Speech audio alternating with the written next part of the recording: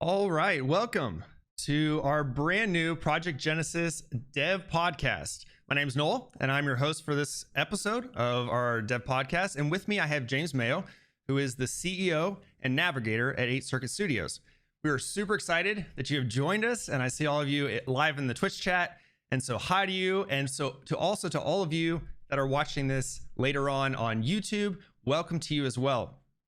We're excited to be starting this Dev Podcast, and we will be having an entire playlist that we'll be building out on YouTube with every one of these Dev Podcast episodes. So if you miss one or you miss part of this live stream, you can definitely check us out and review all the action over on our YouTube channel. Recently, James took to reddit.com on a popular subreddit called AMA, which also stands for Ask Me Anything. And if you're unfamiliar with this subreddit, it's basically a forum of over 800,000 members where anyone can post anything interesting or unique or exciting or unusual about themselves and open up the floor for the 800,000 plus members of the AMA subreddit to ask them questions. James did this recently and had an incredible success with this Reddit thread.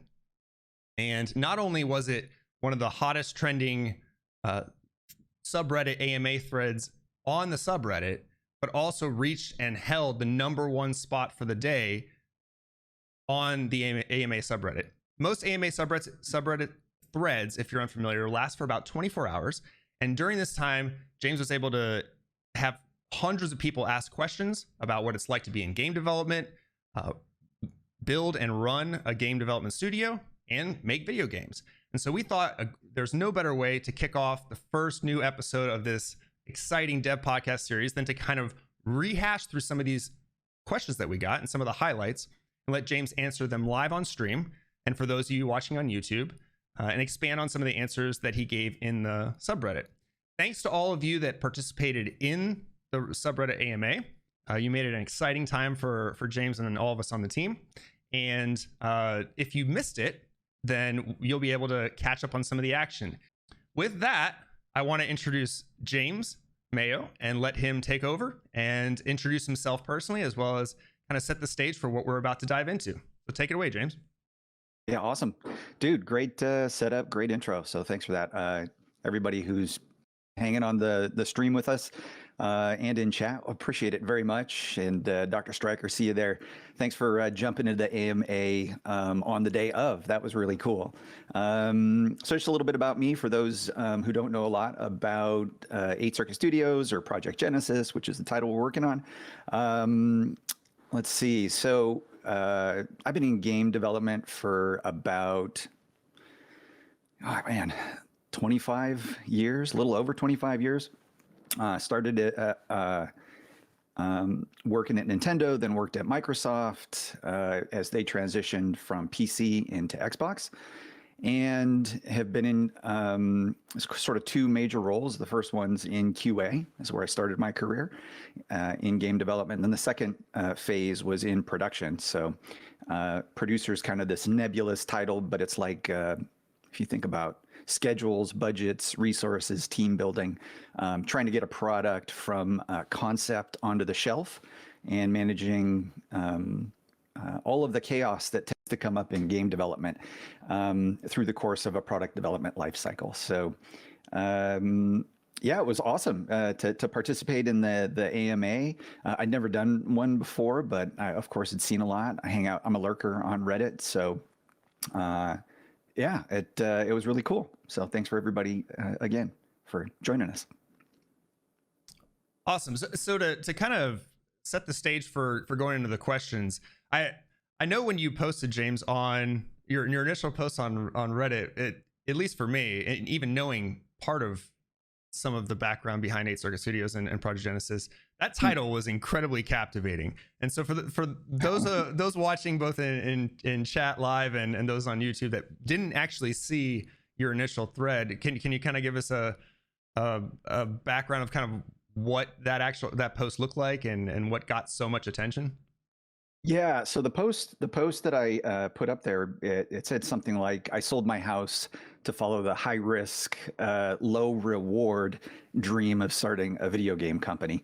had a little blurb about some of the background. Basically, I lost a bet to my sister, and as a result of losing that bet, I ended up selling my house and using the proceeds to fund myself for about a year or two while I tried to figure out what I was going to do with my life as a point of transition. And for whatever reason, people seemed to be interested. So it sort of took off, which was a humbling experience to think that many people were interested. Without question, a ton of people were interested. The number one question, and we'll just get this one out of the way, like the number one question that was asked, and I think it received, the actual person that asked the question, I think got 500 plus upvotes because everyone had the same question. And that, what was this bet with your sister that you lost? Right. So the bet was, let's see. So ever since I was probably 5 or 6 or 7, I like telling stories. But slowly, sort of as you do, you learn how to write. And I found that I sort of had this passion for writing. And so, for years and years and years, I'd write little stories.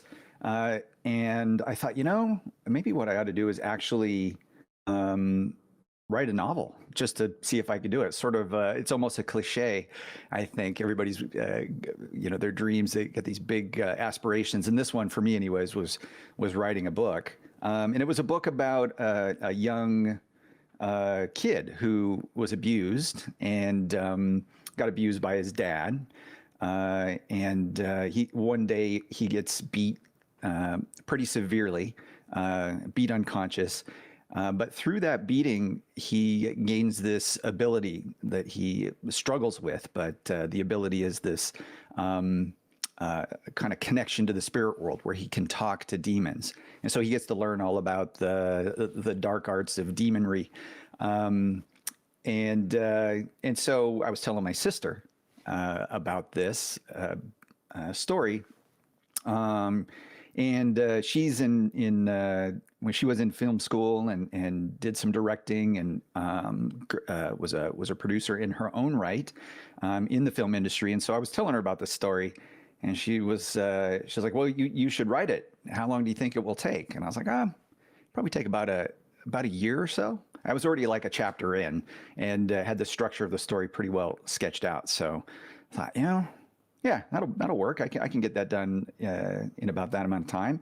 And she goes, "Well, I bet you're not going to do it." And just kind of being competitive in the way that I am, I was like, "Oh, okay, I'm going to show you. So, well, let's bet on that." And so she said, "Well, if you don't make it and finish the book, it just had to be like the first draft. But if you don't finish it by the end of the year, then I think that you have to move to LA, which is where she lived. And I'm up in Seattle." And so I thought, well, I'm confident. So I'll take that bet. And then fast forward to a year, we had a big life event happen. And I was like, kind of forgot about it. And then New Year's calls up and we sort of express our Happy New Year's to each other. And she asked the question, "Hey, so how's your book coming along?" It just kind of came flooding back that I made this bet. I was like, "Well, I got a chapter done," which means that I didn't do any work on it. And so she just very sweetly said, "Well, looks like you're moving to LA then, aren't you?" And I was like, "Oh, that's right. I did make that bet." So it took me about a week to figure out how to fulfill the bet, but decided, I'm going to do that. So selling the house was a part of it, and then picked up all my gear, put everything that I could into storage, packed everything into that I could, was like a computer and a bunch of clothes, into a 2001 Mitsubishi Eclipse, which, if you know what those kinds of cars are, they're 2-door and they don't hold a lot. So made my way down to LA and then got to the business of fulfilling the bet. So that was it. Nice. Watching there were a lot of follow-on questions that came out of that one. And like skipping a little bit in our list for this, one of the questions that came as a follow-on for this is, why did you choose video game development over becoming a full-time author? Yeah, well, I had already. I mean, I think you're almost always in these sort of creative pursuits exposed to people who just they're either technically proficient or creatively endowed. So you get to have all sorts of great conversations about stories and world building and solving all sorts of potential problems depending on what media you're using, whether it's books or video games. So from my perspective, it all kind of is in the same vein, but it was my career basically. And so I thought that I was going to shift careers and get into writing. But I thought, it's interesting in game development, maybe not for everybody. At least for me, it was hard to get out of it. It's just, there's so much fun to be had in it. So I spent those 2 years with my sister. I was actually kind of trying to figure out what I wanted to do. Started up a company. It was a little marketing company. It never took off. And then was getting pretty close to the end of my funds for living. And I thought, I want to make one more go at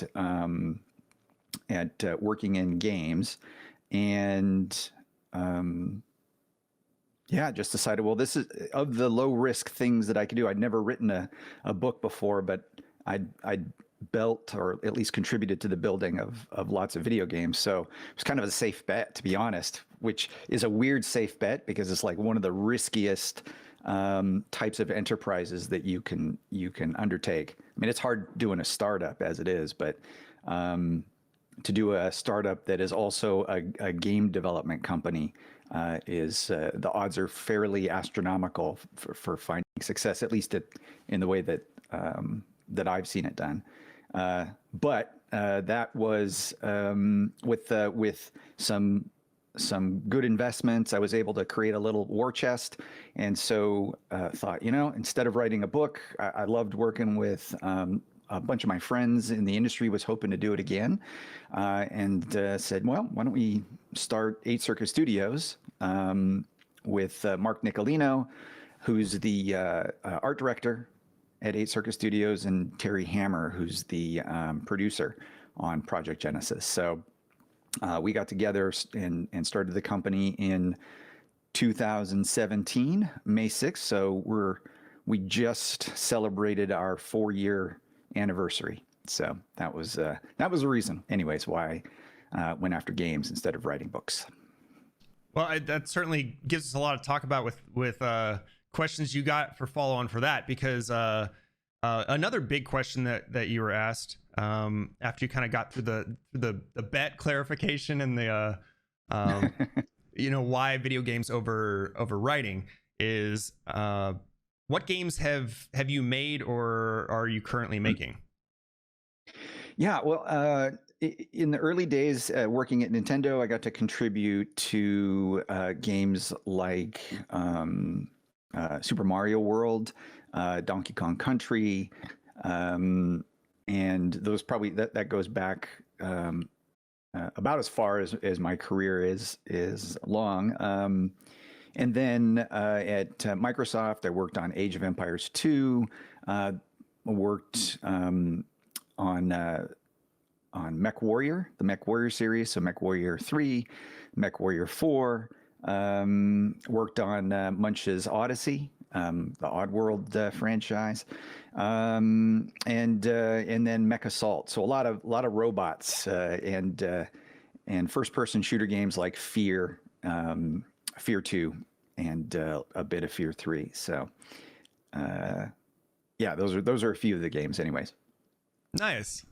Yeah, I mean that's quite a portfolio, right? And I know that across the team, there's people that have had their fingers in all sorts of games on all sorts of scales, which is really exciting. You mentioned Mark and Terry earlier, with Mark being the art director. For those guys that were here in the live stream, this won't be on YouTube, but in the live stream for when you were here, that starting screen video, might have noticed those cool manta rays, and those were actually made by Mark and put in the game. There's one of my favorite aesthetic things in the maps for sure. In talking about kind of such a unique way to get into business in this type of industry, a question that was asked in several different ways kind of boiled down to one question that a lot of people were interested in the AMA subreddit thread, and that was, if you've been on such a unique journey so far, and just every aspect of this journey, which obviously was a reason why so many people were interested in the thread, but a lot of people wanted to know, kind of two things. Like, what was the greatest lesson that you've learned starting in this business, in this industry, and if you could go back and do something different, would you? And also, if you could, in hindsight, hindsight's obviously 20/20, but if you could, in what you know now, if you could, tell something to your former self when you were just starting out on this journey with 8 Circuit Studios, what would you say to your younger self? Yeah, that one's always a tricky one from my perspective. But yeah, the first one, let's see. So you were asking about getting into the industry, and let's see. Can you ask that one again? Like, there were 3 there, so my brain only held 2. Sure, no problem. So in getting into the industry, what is the greatest lesson that you've learned in starting? And if you could go back, would you do things differently? I wonder if this is sort of age based for me, but I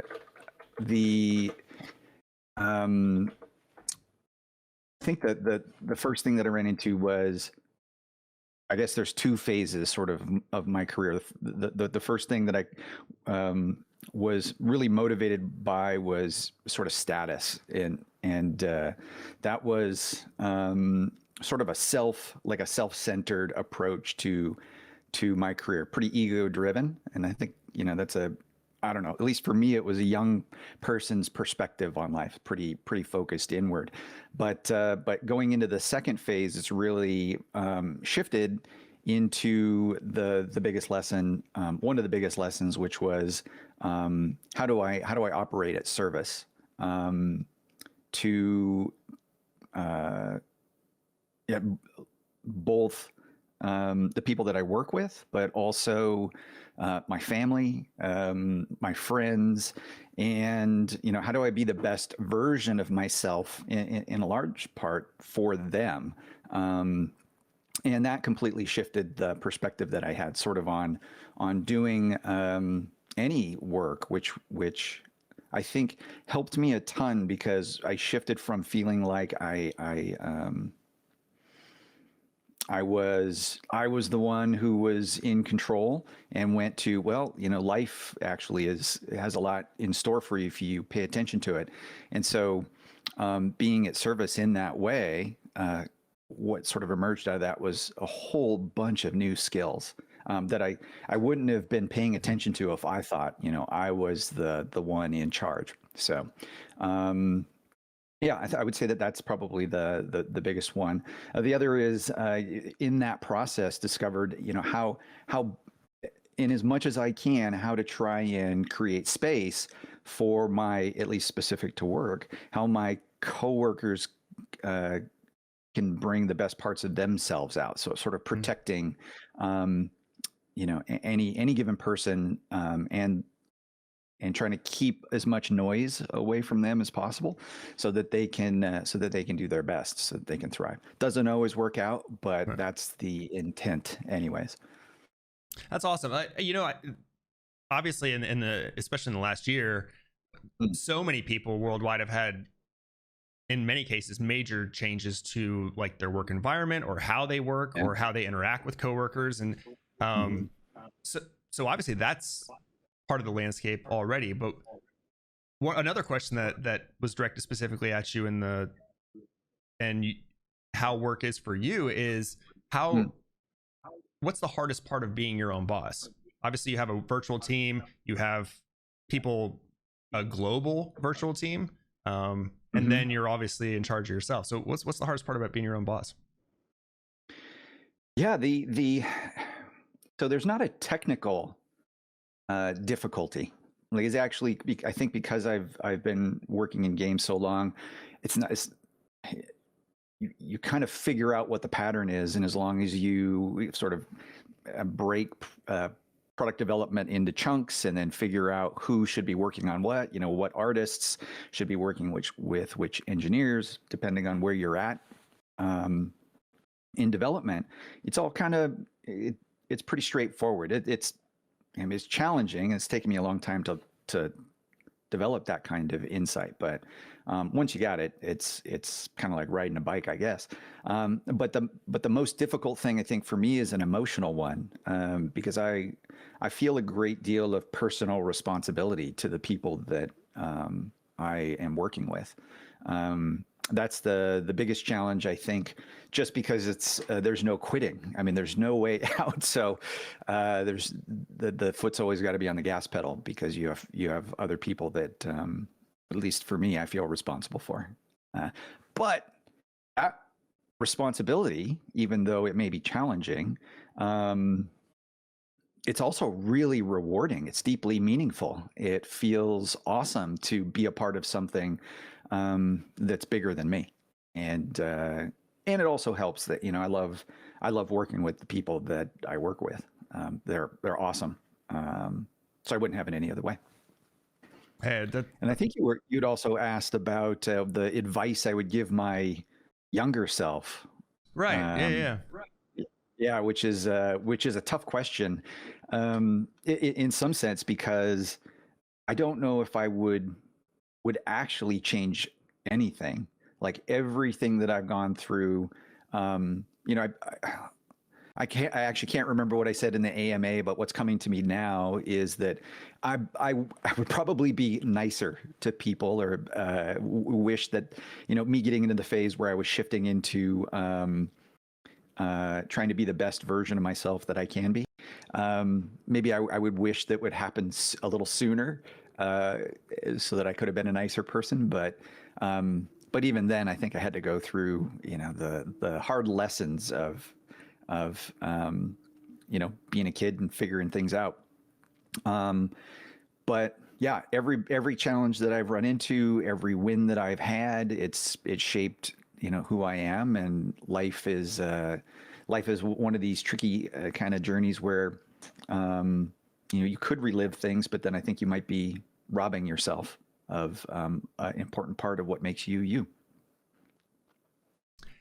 Yeah, that's totally understandable. I think obviously you have a big background in the gaming industry, and a question that came that was asked on the Reddit thread, actually from one of our own community members, was how do you handle intimidation in the gaming industry with the amount of competition, the amount of it's obviously there's a big element in the shooter space, as in the game that we're working on right now. A lot of competition in that space. How do you handle, or how do you navigate that competition, and what's your perspective on that? Yeah. So not only did I make a bet with my sister, but I'm also making a bet in regards to with my sister in regards to the book, but also with 8 Circus Studios, I'm making to a certain degree a bet on myself, and on the team that gets assembled. And so part of the approach that we have is finding the fun, sort of exploring what we can bring that's new to the industry. And yeah, I think the intimidation is really interesting. It's an interesting question because I don't actually feel it, so it's a little hard for me to assess like how to deal with it, because apparently I'm dealing with it by either ignoring it or it just doesn't exist. Hopefully it's the latter. but I also think because we're sort of exploring this space and building the game with a community who's giving us incredible feedback, it makes it less stressful because we're building something. We're building the game both that we wanted to build for ourselves. So it's a passion project, but also we're building a game, hopefully, and it seems to be the case, that the community is resonating with and that they feel like is adding value as well. So it's been awesome to have a dialogue with people who seem to love the game as much as we do, which is killer. Couldn't do without it. Yeah, 100% agree. You referenced the not only the original bet, but then a bet, an internal bet on yourself. So tying back into that, another question that we got that had some humorous replies, and a lot of people being like, yeah, I'm thinking the same question. Right. Why not just start the company in your house?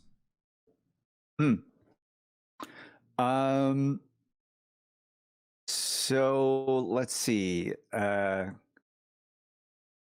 Originally, the idea was that we would start remote, kind of because I'm cheap, and so and we kind of could do it. We figured out that hey, instead of spending a lot of money on a big studio in Seattle, which at the time and probably even still so, the housing prices and commercial prices are really high here. So so I thought, why don't we at least start remote? And maybe this is one of the reasons why we were able to deal with the Intimidation, is we start pretty humbly, and so that opened us up for being able to bring more people on instead of having to pay for floor space.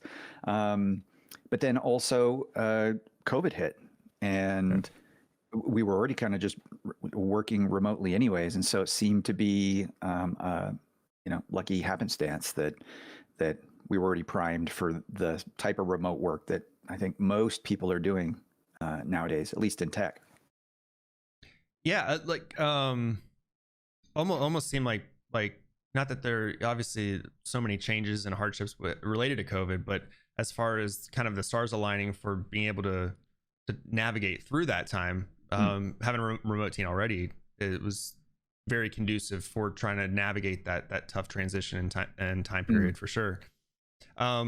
What would you say was the hardest? And this is another question we got. What would you say was the hardest part of the entire process? Was it losing the house initially? Was it getting the development off the ground, or finding team members that fit kind of in a pieces in a puzzle to work cohesively? What was the hardest part? Yeah, let's see. I think at the time that the question was asked, there's a certain amount of sacrifice that I had made when it came to spending time with my family. So because to start this company up, I don't know if it's just the way that I'm programmed, and it's a very controversial subject in the games industry right now, which is the amount of overtime that people work, or that people are expected to work. But it's the hardest that I've ever worked to start 8 Circuit Studios up, and so I think I maxed out at 116 hours a week, something like that. So it's not easy starting a game company. At least the way that I do it, it wasn't easy, and so it took a lot of time.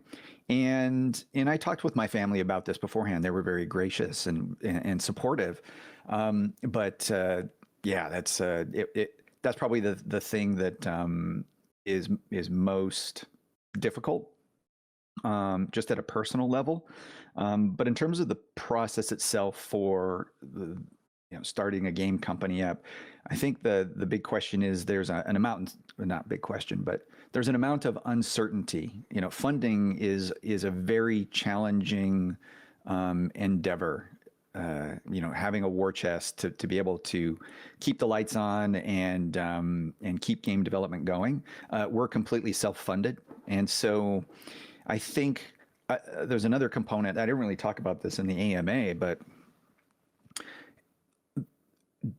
making certain decisions, I think, is one of the more difficult things as well, to know whether or not your decisions are going to be good ones. So for us, sort of in the early days, our question was, is there a way to maintain self-funding, or should we take money and, look for investment? Should we work with a big publisher and not build our game, but build their game, which is pretty common to sort of be the like a vendor or a firm that these are called third party, second party, and third party games. But second party especially is where you would go and you'd work on a title like it's got intellectual property, be something like well, Nintendo would never let you build a game like Mario, I don't think. Well, yeah, I've seen that before. So they might say, hey, we're looking for a new Dr. Mario game, and we've seen that you've got development experience, so do you want to build that for us? So that would be an example of a kind of deal that we could make, but it would take us away from working on our game, Project Genesis. And so for us, it really made sense for us to be self-funded, but that means that we're having to run very lean as a studio, and so that's what I would say probably is the most difficult thing. Yeah, figuring out, are these decisions good ones or not? Yeah. Sorry, I was just going to jump in with one other thing. No, go for it. Yeah, the other with taking money, the reason why I was pretty apprehensive about getting investors on board. We have one or two, but they're very close friends and highly trusted. And so the risk of this thing that I'm about to describe happening is low. But oftentimes, so I have a number of friends who are also entrepreneurial, and they've had investors come in, and then those same investors, when the company wasn't run in the way that they wanted it to be, they turned hostile. And so they started legal action against my buddies. And, I can't imagine what that's like. They're supposed to be on your side. They're supposed to be in alignment, but they may not be. They may not love the product. They may be in it just to get capital. And if you don't get the capital fast enough, they could feel that there's a breach of terms, or it could just be a hostile action. And so that story always kind of scares me when it comes to taking on investors. So we've been very fortunate that we haven't had to do that. Right. I mean, and even if you've been in any kind of game genre, as those of us that are gamers out there, we've all seen it from the consumer perspective with that exact scenario as well. And everyone loses in that scenario because if the game is rushed and it's not ready, but there's a deadline to meet because of X, Y, Z investment, and pressure from that, then there's been countless stories that very well known where the consumer as well loses because that final product is substandard and not even what the original developers wanted it to be. So very complicated with that. Well, and there's so many ways in which, we talked a little bit about potentially being a vendor for a large publisher and, building their intellectual property for them, or building a game using the intellectual property. And I've been on both sides of the fence. One where we've, as on the publishing side, leaned very hard on developers who are developing titles for us. But then I've also been on a recipient of that as well, as companies that I've worked for have relationships with large publishers. And the publisher, is filled with people who mean well, but they may not understand the team, they may not understand the culture, the capabilities. They may have different visions for how to market the title. Even if it's your IP and they make a relationship with you and you're building your own title for them, they're the ones who are signing the checks. So oftentimes you have to make publishing-based decisions that may not be the best for the product, might be the best for the publisher. And so Yeah, there's lots of ways in which a game can get off the rails, and yeah, as you were mentioning, Noel, like, yeah, we see that a lot. I mean, well, speaking of games, that's part of what we're here to talk about. And there was a whole section of the Reddit AMA where people wanted to know, okay, well, so you made the studio and you sold your house to do it, and what game are you making? And you already mentioned that right now we're working on Project Genesis. So let's transition to some of the questions that we got during the Reddit AMA about Project Genesis. And the first question that came up on Reddit was, what game genre is it? What's it about? Yeah, so Project Genesis, the sort of the backstory, we're playing a little close to the vest. There's a little bit of teasers up on YouTube, on our YouTube channel, if you wanted to check that out. But the game is actually two genres, and so one of the things, at least that I have always loved, was sort of Star Wars or Star Trek, which is sort of these big epic space adventures, and you get to see, giant battles. And it seems like the team's also pretty stoked about that. So we're a bunch of sci-fi geeks. But then there's this other component too, where you get the away teams and the adventures that are, more gunslinger like. And so Project Genesis is actually trying to merge two types of genres together. The first one's space combat, which is kind of it's slightly unique model. Most space combat games are sort of this 3D kind of, the ships typically fly like airplanes, but we're modifying that a bit to make it easier for the other genre, which is first-person shooter. And so the whole idea for Project Genesis is that it's sort of chocolate and peanut butter. Space combat meets first-person shooter, close quarters combat. Yeah, and with that, there were a lot of questions about, well, how does it work? Like in game, how do you mash these two?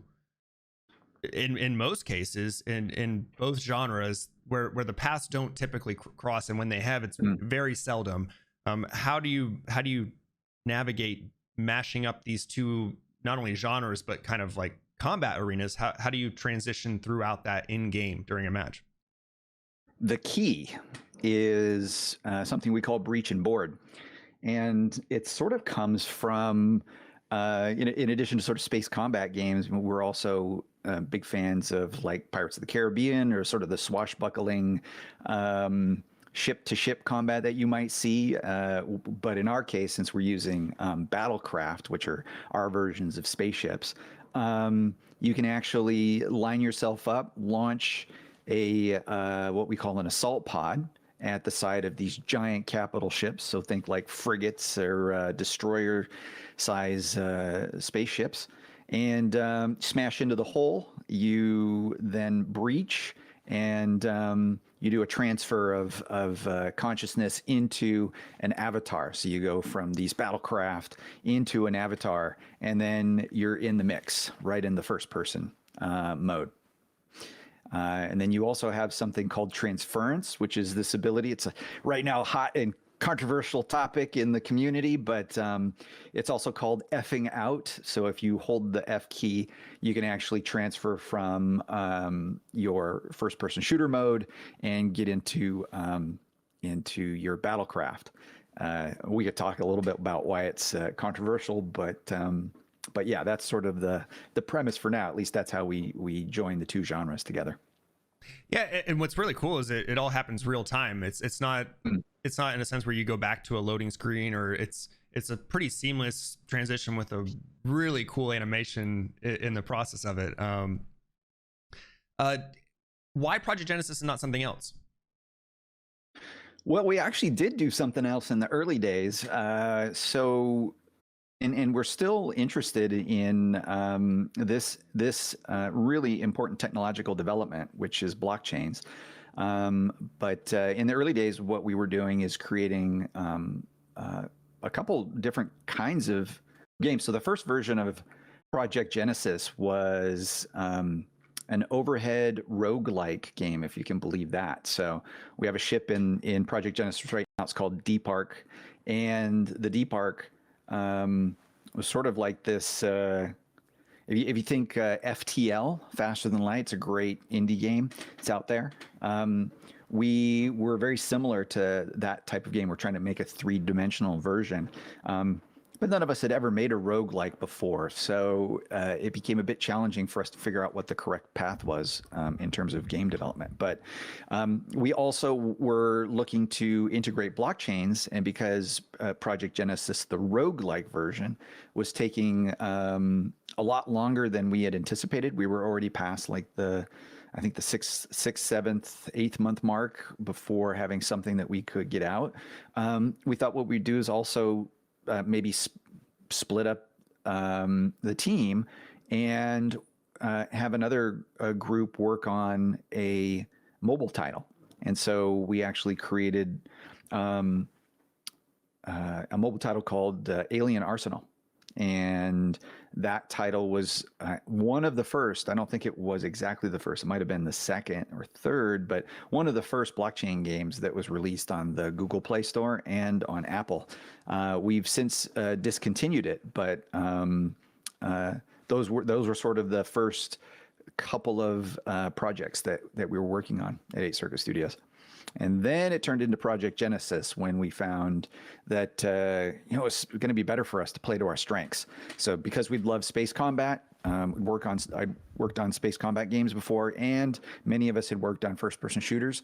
Development really took a turn when we shifted into our strengths as developers.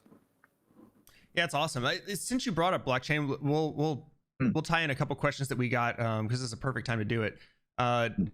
One of the big questions, that kind of the primary blockchain related question that came up in the Reddit AMA that got the most attention was, with Project Genesis initially having a fairly large focus on blockchain integration and potential with that, and still being something that is in the works, kind of behind the scenes as the game mechanics themselves are being developed.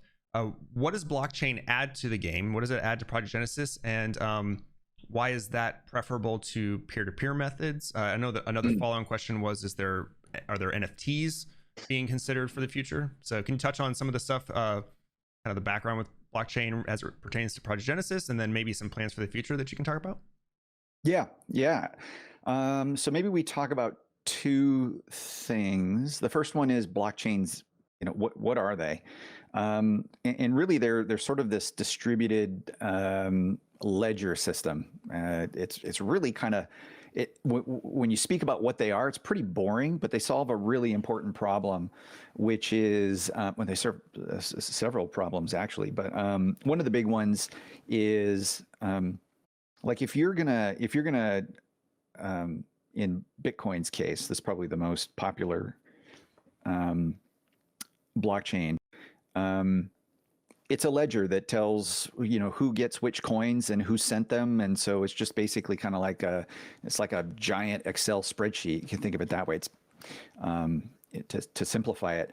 But what it does, especially why it's helpful for money, is that it moves all of this money around without requiring what they call a third party. Basically, it's a way to move money without having a bank. And so historically, we've always had a bank to secure people's funds, or, if you're going to send money from point A to point B, in the olden days, they used to do it with people delivering either on horses or bikes or whatever the physical method was. But then we got electronic versions of it, but we still had that third party, which is that bank. So blockchains, that's one of the problems that they solve, is they remove that sort of referee, the bank that moves the money around and is in charge of saying, Noel has $10 in his account and he sent it over to James. And so it's a profound shift in the digital age. And so why is that a big deal for games? Well, one of the other things that blockchains do is they create digital scarcity, so that every time one of the brilliant things about computers is they copy things with fidelity, meaning, and you guys would all know this, like for the most part, like a sound, like a sound file or music, you can basically copy that file and make hundreds of thousands, millions of copies, and each one is just as good as the original. And so that's the power of computing, one of the powers. But what we never had was this ability to make something scarce, unique, only one of it. And so that is what blockchains bring to the table. And that's really important, especially without having a third party. So here's an example. Let me say you got a game, World of Warcraft, and you get a sword. Blizzard is the one who controls the creation of that sword, right, but then also controls your player account. And so they can ultimately decide if they want to shut your account off, they can. If you and if they do, then you don't get access to your sword anymore, or they can even, through the back end, they can remove the sword from you and make all sorts of changes. And that's just one example. But what the blockchain does is make it so that a company like Blizzard couldn't actually, if you received a sword and it was on the blockchain, they could never take that sword away from you. You would always have it. And so there's two things that blockchains bring to games. First one is, well, maybe we could say three things now that I'm thinking about it. The first one is authority over your stuff. People aren't gonna be able to take it away from you. It's one of the powers of blockchain. So property rights. The second thing that is super valuable is persistence. And so once something goes on the blockchain, it's there forever.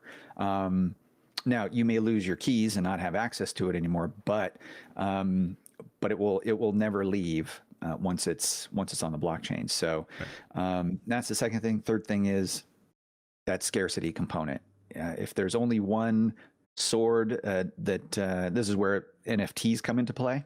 NFT stands for non-fungible token. It's basically a fancy way of saying a unique token, or for games, it would be something like a unique item or a unique character, something like that. So those three things, I think, are going to be super powerful when we look ahead and start thinking about the metaverse. Now you're going to have companies that want to build the metaverse. If you've ever seen Ready Player One, that company there, I think it's, correct me if I'm wrong, if I'm getting this wrong, somebody in chat can tell me, but I think is it Omni? I'm not I can't remember the name of it. Anyways, it's the big corporation that's sort of running the, it's Oasis. That's the name of the metaverse that's there. But that company owns that metaverse, and so you don't want that. You actually want a metaverse that's free and open. So blockchains, I think, will facilitate that in terms of virtual goods that you want to have scarcity and persistence with. It's definitely exciting and opens up a whole world of possibilities for, I know for myself, as someone that's played video games for a long time and will spend money on cool things in games that I think are cool, that I like. So it's such a much nicer system, especially for the gamer, for the consumer that's wanting to invest in a game that they like, and they get more control over it, and they get to have power over it and authority over it. Really cool, and really benefits the gaming community as a whole, but especially the consumer, where they get a level of ownership that just hasn't existed because it just hasn't existed for whatever reason. For so long. It's really nice for people that want to invest in something they love. Yeah. I think another good example is something like, I was going to say like Magic the Gathering. That's or Yu-Gi-Oh, or God dang, man, my brain's not working. But like collectible card games where you have a certain kind of rarity. Those cards exist. There might be copies of them per se, but that individual card, especially if it's rare, becomes more and more valuable. So we can see really cool like secondary markets pop up around collectible card games. Pokemon, there it is. Jeez Louise. Oh yeah, Pokemon for sure. sad. Sad. I forgot that one. So as we're talking about kind of cool possibilities in the future for Project Genesis, we did get a lot of questions in the Reddit AMA that talked about kind of the state of the game now. What are some things in the future? For those of you that are watching this, whether live in Twitch chat or on YouTube later, currently Project Genesis exists in a early access pre-alpha state at the moment. And so a lot of questions were about predictions for the future or questions about the future, what type of features. One that got a lot of traction was, are there any plans to create a single player campaign or like a story mode or a PvE mode with lore behind it? A lot of people ask different variations of it, but is there single player campaign, PvE, like that type of side of gaming? Is that going to be in Project Genesis in the future? Yeah, I can't tell if this product development approach is because I'm dyslexic or not, but we actually oftentimes will start with the hardest thing to do, and then work back into things with, at least from my perspective as a game developer, that become a little bit easier.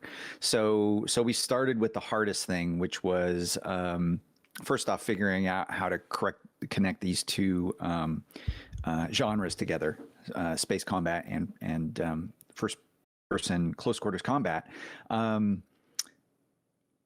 Then it's figuring out how to play multiplayer game modes, which with these two genres or styles of play, it's really difficult to figure out. There aren't a lot of people who have built games like this. I mean, not that we've seen anyways. And so figuring out how to get some of the more standard game modes to play nice with the ability to move between ship and first person shooters is a bit challenging. But then we had to figure out not just game modes, but then how do we create a live game? Multiplayer games are very difficult to develop because you're dealing with a lot of variables when it comes to network play. So that is sort of our path that we took. And then we're just starting to get into the player versus environment play. So there's a bunch of interesting things that are coming out now. We've just got our with the Hercules update, which I think was like a little over a month ago. Does that sound about right? Yeah, that's about right. Yeah. So we released our player versus environment mode, the PvE mode, and that'll be the start of us developing the campaign or the story for Project Genesis in a single. It'll be quote unquote single player. It won't be standalone single player, but this will be sort of the story of Project Genesis. So that's planned, and then integrating the blockchain at some point in the near future. But I think we got about 6-ish months kind of at the outside before we hit alpha. Might be longer, that might be 9 months, but that's sort of where the sliding scale is right now. Yeah. Also, you almost took my next question away, which was a big one. People were asking, hey, when does beta come out? And I know you mentioned about 6-ish months, maybe a little longer for the alpha. And if I remember correctly, I think on the Reddit AMA, you said most likely 2 to 4 months after the alpha is released before the beta rolls in. So are you still kind of in that same mindset? Yeah, that feels about right. Yeah. Yeah, we've got another interim milestone coming out. It'll be Hercules 2.0, and it'll be that hot fix that we're working on, focused on getting parties and players connecting with their friends. It looks like we're going to be able to get Steam friends as well as Discord friends in your lists so that you can start setting up games with them. And I think you're working on some really cool stuff too as we start getting competitive play up and running, or at least people who are interested in it. Yeah, so maybe you want to talk a little bit about that and give us a sense of what's coming down the pipe from your perspective? Yeah, definitely. Like the social matchmaking aspect. I mean, obviously that has to exist in any game that people play games with friends. But I still enjoy single player games, and there are plenty of people on the subreddit that were asking about that, not because they solely play that, but they still love that. I know there weren't multiplayer games when I started gaming. The first multiplayer game I think I played was Need for Speed Hot Pursuit, and I played online co-op via 56K modem.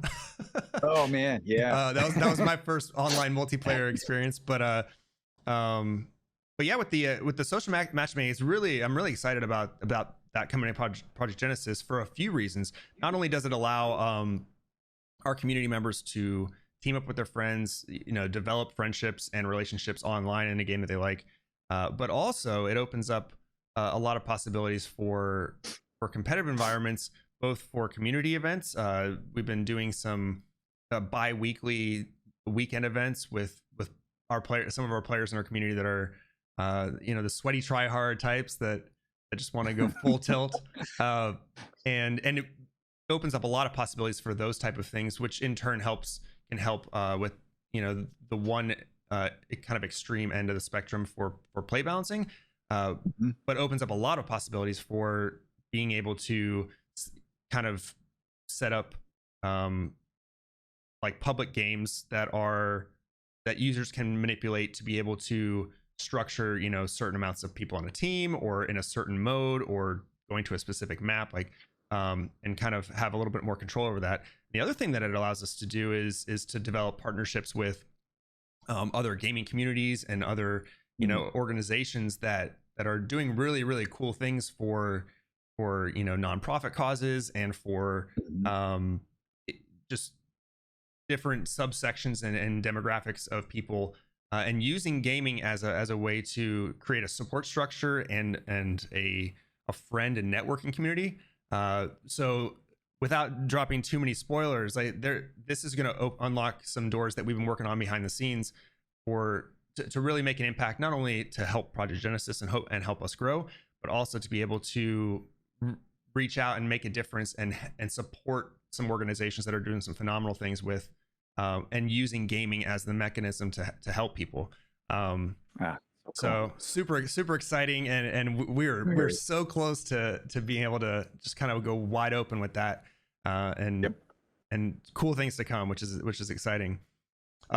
Since you brought up the competitive side of things, one question that we had as we kind of, and for those of you guys that are in chat live, we're going to wrap up the questions very shortly from the ones that we wanted to highlight from the Reddit AMA, and then we're going to open it up in case you have any questions. But before we get to that, what are are there any long-term goals for Project Genesis? You mentioned, the competitive side of things. Esports has been brought up a few times in the past. Are there things, maybe competitive events that are smaller than that, or on a not a super high pro scene, but that community members could get involved with? Are there streaming related events? What are some of the stuff going on, or in the future that are in the works eventually? Yeah, so I think long term, we talked a bit about blockchain. That's one of the more it's one of the things we're keeping pretty close to the vest. But even with blockchain development, you can sort of see like trophies that exist on the blockchain, or even prizes that you can win through competitive play. So there's a whole landscape there that we both can explore and players can take advantage of. But yeah, so I think the work that you and Jana and then the community members who are interested, especially for the Sweat 16s, that's sort of the kernel. It's the seed that is going to open up Project Genesis as a potential candidate for a competitive game. So we would have ranked play, at least. We're looking, as we look ahead into the future, looking at ranked play, prestige play, and then start looking at more. It's not necessarily more formal competitive play. And so I think there's a bunch of opportunities there. There's a bunch of great companies that and platforms that handle tournaments and competitive play. So we're working on that behind the scenes. And then who knows, like I would love for Project Genesis to be an esport. Like that would be a huge dream. But also, and I think it's one of those things that I think the community will tell us if it's ready for prime time like that.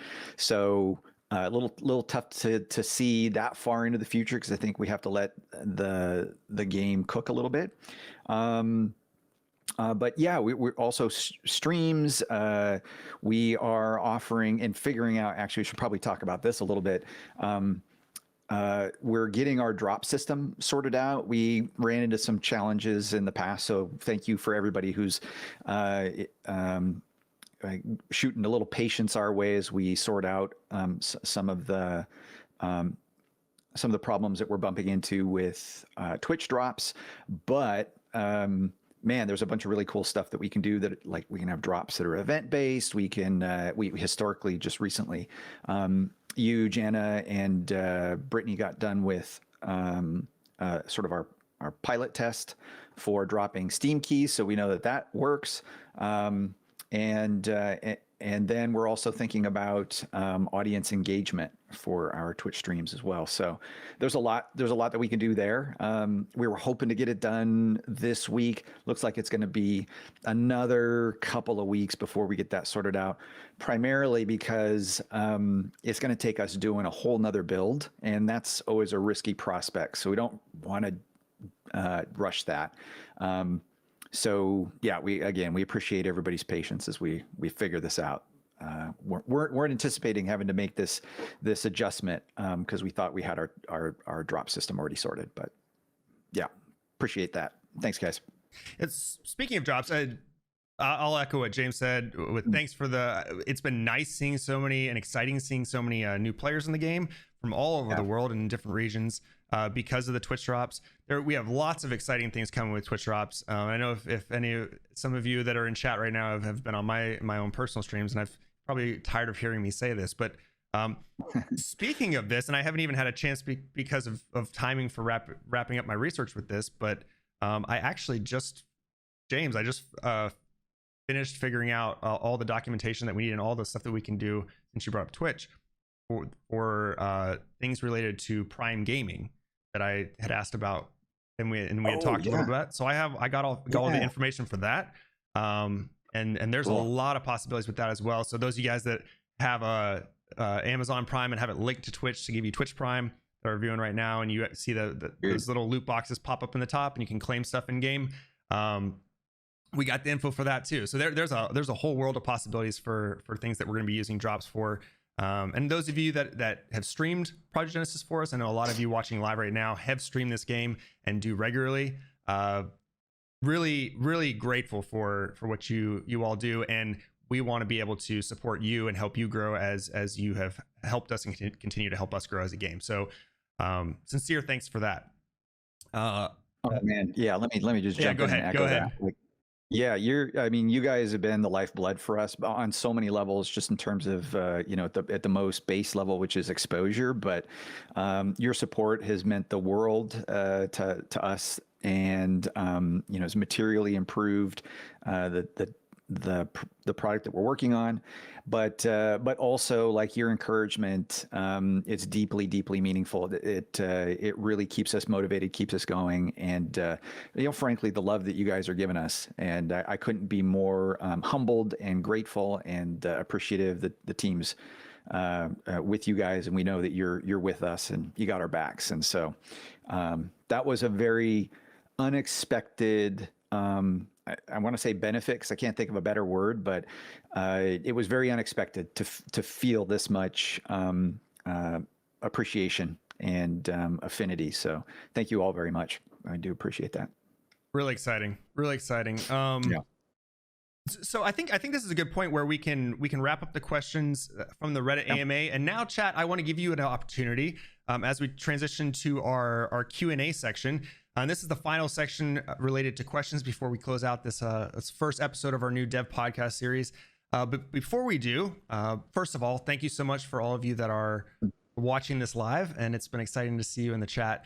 And so this is about you now. So if you have questions in the chat, I know some of you actually participated in some of the questions we just reviewed from the Reddit AMA, or from some of you that have been in the chat right now. But there's some of you that maybe didn't see this, and maybe you have some questions for myself or James about Project Genesis, or anything related to the journey that James went on to start 8 Circuit Studios. So if you have any questions, this is your time to ask them now. Anything related to 8 Circuit Studios or Project Genesis. Looks like we got one from Discord, and it says, will you add any new avatars in the future? Yes. Right now, we have, let's see, we have two avatars that are original avatars. So that's the hacker, if you're in the game, and the technomancer. The hacker was made by an incredible character modeler named Ed Carrion. He's passed away a couple years back, so that's a special character for us, a special avatar. And then the other one is the Technomancer, and that one was made by our 3D artist Ad, and he got it into the game, and it looks incredible. Just in the sense that this is just as a producer speaking, it's very difficult to build the model the way that Ad built it because it's not symmetrical. It's like everything's kind of like organically grown. So so it was a pretty awesome feat of skill on his part. So those are the two ones that are original. The others are also characters that Ad has done, but they're available on the Unreal Marketplace. So we're looking to replace those. They're currently placeholder right now. But ultimately, we want to launch with 6 unique avatars, and we're also working on abilities and various weapons that are appropriate to the class or the role that the avatars will have. And so we want to make, small, medium, and large avatars, and they will also have very different characteristics. So, but right now we're working on mechanics, and differentiation will come shortly. I'm definitely excited to see the. I love games that have specific or heroes or operators or characters or in our case avatars that will then have very fleshed out ideas that are very specific to a specific class or a specific character in the game, and being able to see how those work together and how they counterplay each other is that's one of my favorite parts of shooter genres when they go that direction. So I'm personally excited for that. We got another question, and this is a 2-part question. It says, will there be cross-platform play or cross-progression with consoles? Yes, that's our intent. So we're going to release on Windows for PC, which we already are released on. So if you can go check it out on the Steam store under Project Genesis. But the next will, I'm actually not sure. Like I said, we like to do the hard one first, and so that might be the PlayStation 5. But it's sort of a toss-up right now. It could be Xbox first or PlayStation. We'll have to do an assessment. But yeah, totally intend to do cross-play. Working with so the engine that the game engine that we're working on is the Unreal engine. So we're on Unreal 4, and Epic has done an incredible job of building out a really good engine, but B, they're building out infrastructure to make it much easier to do crossplay. So we get to take advantage of that as we go along. It's exciting. Another question. Are there any Easter eggs behind you on the whiteboard? There are no Easter eggs here, so don't pay attention to any of that. Nope, those are just notes for the team. There are a few fun ones in some of the ships and around the map in Project Genesis. So if you did not know that, and I know we have some newer players to the game that are currently in chat right now.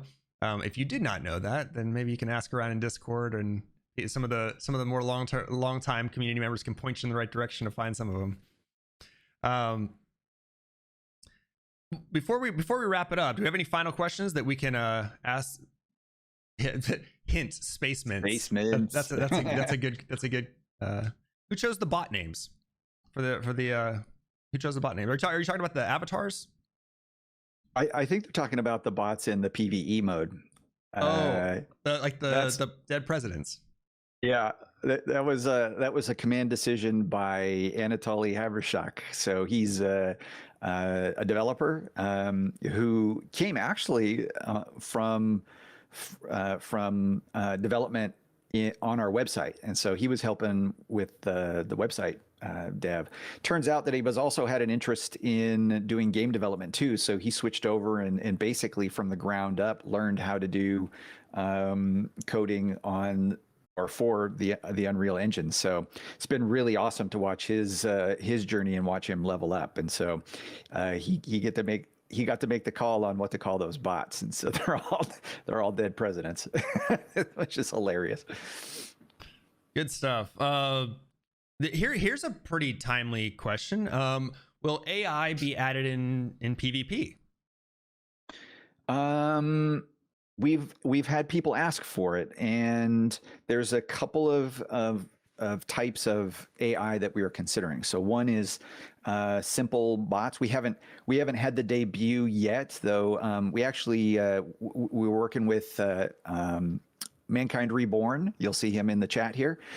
He had the maintenance drone and the security drone working in ships, and so that's sort of the base level AI that we might consider having in the game. Maybe it's a ability for one of the avatars to unlock security systems or maintenance systems, and then our PvE mode.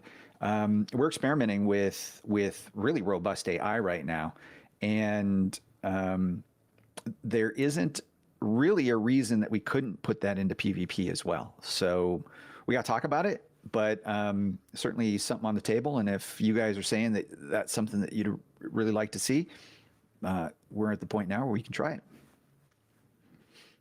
Awesome.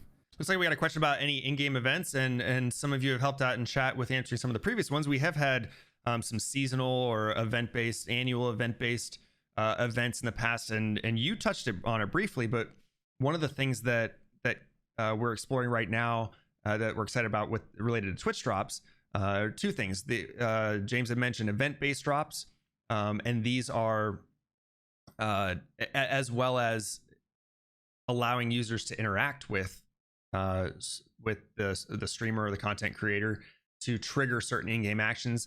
Some of you may have seen some of the games that have been built specifically for Twitch streamers, like Marbles on Stream, Ultimate Chicken Horse integrated with Twitch, so that way, you know, people in the chat could affect, you know, whether the experience of that streamer in game. So we have things related to that we have possibilities for. It's going to be really neat.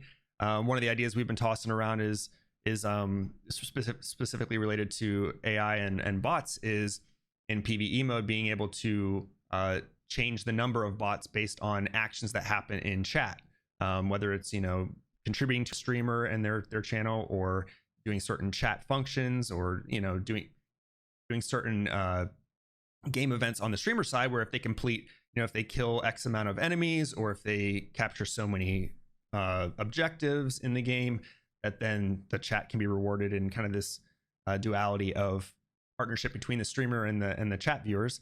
As well as a lot of events for annual events, calendar events that happen, and some pretty exciting events in the roadmap for us that we're working on behind the scenes for partnerships with some other nonprofit organizations and some other gaming communities that will be unlocked once we get this social matchmaking hotfix into the game. So lots of events in quite a different variety of ways that they can be done, but lots of events coming very soon. Okay, let's see here. Can we add Trump as an orange alien bot?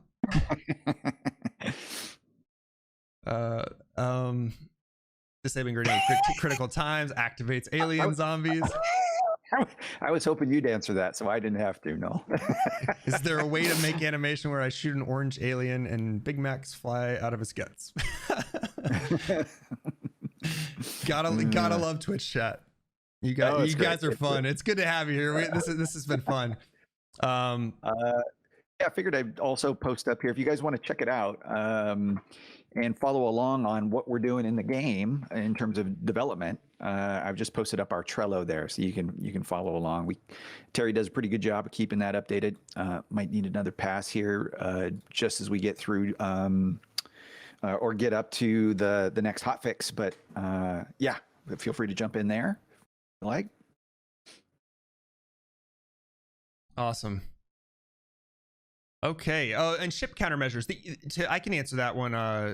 That question you touched on it a little bit with expanding out on specific class-based abilities and character abilities for avatars. And the same thing is planned to do the same type of style, but related to the battlecraft and the ships, to where they'll have specific abilities based on the class or type of ship that they fall into, and their abilities will support that. So yes, the short answer is yes. Okay, this is fun. You had fun with this, James? I certainly have. Oh, dude, it's awesome. It's awesome. Yeah, for me, it's just so you guys know, like, I am real new to streaming. Like, for whatever reason, you know, that time that I took off, even was hanging out with my sis, like, not getting exposed a lot to the developments in the game industry, and so streaming is one of them. But it's been really cool to sort of jump in with both feet. So thanks for your patience, guys, and your generosity. Well, I know for my part, I can say thank you on. Oh, we have one more question. Question from a Reddit message. Tournaments, are the tournaments planned? And that's another short answer that's yes. And quite a few. I know you touched on it briefly, James, when you were talking about competitive play. We have tournaments planned with some of these partnerships that we're developing and forming. We have some community tournaments that are going to be enabled, and community members that want to do tournaments. And a lot of it kind of hinges on, not that it can't happen in the meantime, but you know, the Sweat 16, these competitive weekend events, a lot of it hinges on the social matchmaking feature in the game. Not that it can't happen without it, but having the social matchmaking component and being able to friend people within the game and team up with them is something that makes the ability to do tournaments so much more effective and so much nicer, and enables a lot, not only for those of us that are organizing it on our side with our team, but for those of you in the community that want to run your own events. And we've seen some of you doing that and popping up with that, which is really cool. Then yeah, that is coming in the near future, and it is right around the corner where we're going to be able to do that for you, and you're going to be able to do it for yourself as well. So that's right. With that, I want to say thank you for being here. This has been an awesome first episode for the Dev Podcast. We do have plans to do these consistently in the future, and we're going to build out a playlist on YouTube. So if you missed any of today's podcast, you'll have that. I'm going to do my best to chop this up and edit it up and have it up live on YouTube by the end of the week, so you can see it if you missed any or you want to go back and check anything. And thank you for being here. Those of you in chat watching this live, thank you so much. And those of you watching on YouTube, it's great to have you interested in Project Genesis and along with us for the journey. Before I close this out, I'm going to turn it over to you, James, so you can say some final words, and then I'll come back and wrap it up. Yeah, mostly again, I think it's just an expression of gratitude. You know, we could go very long without not hearing from folks and telling us if we're doing the right thing or the wrong thing, but you guys are always Johnny on the spot with excellent feedback, very accurate and I was going to say professional critiques, but you know, they're very courteous and considerate. So keep the feedback coming. And then I think, Noel, for this podcast, like I'd also love to hear from the community too, like if there's things that you're interested in hearing about, or even so one of the things that I'm curious about is if you guys would be interested in maybe even having other folks on who work in the game industry on other titles. So let us know if that's something that you're interested in too. Like always, we can call audibles and adjust based on the feedback that you guys give. So keep it coming. Absolutely true. I will just echo everything that James says, and thank you for the feedback that you give us.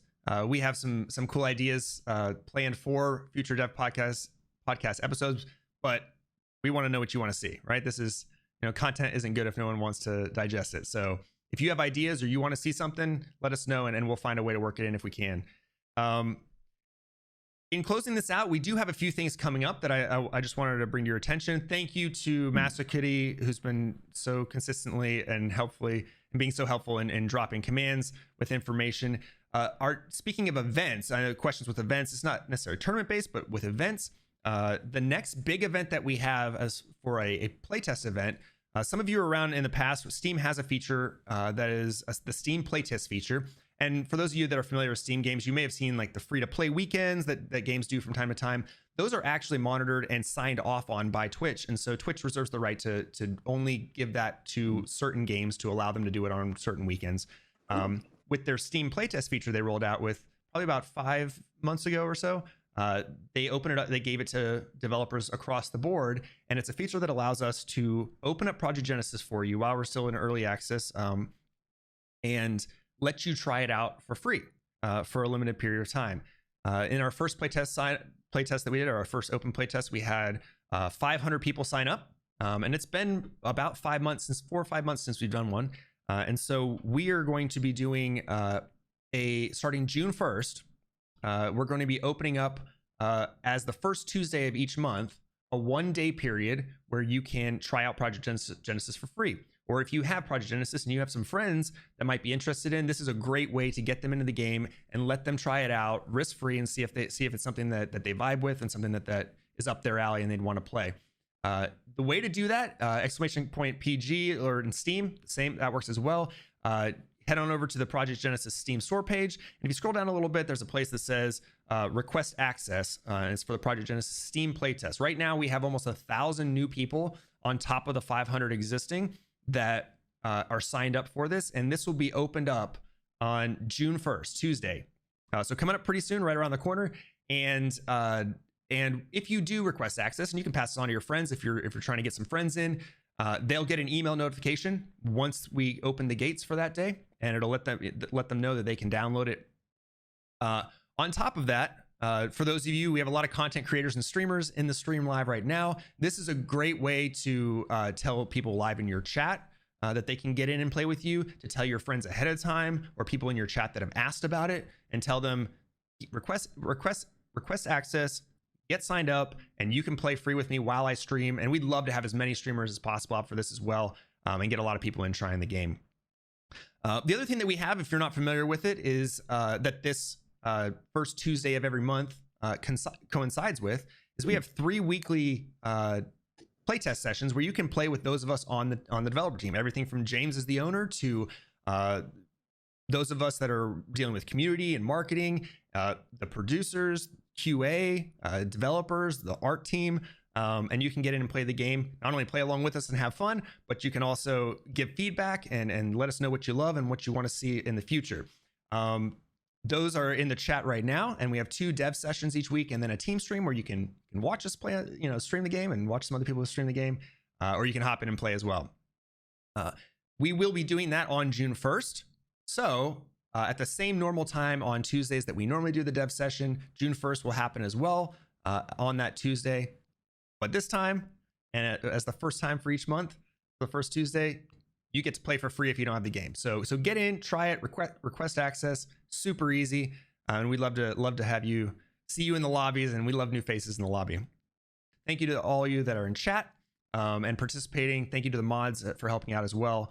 And thanks, James, for let me drag you onto this live stream journey. You bet, man. Thank you. Yeah, awesome job. And yeah, we'll get back to game dev and see you guys in the dev sessions. Sounds good. With that being said, all right. Thank you again, everyone, and I hope you have a great rest of your night or day, regardless of where you live. Thank you for being a part of us. And until next time, see you later. All right. Cheers, guys.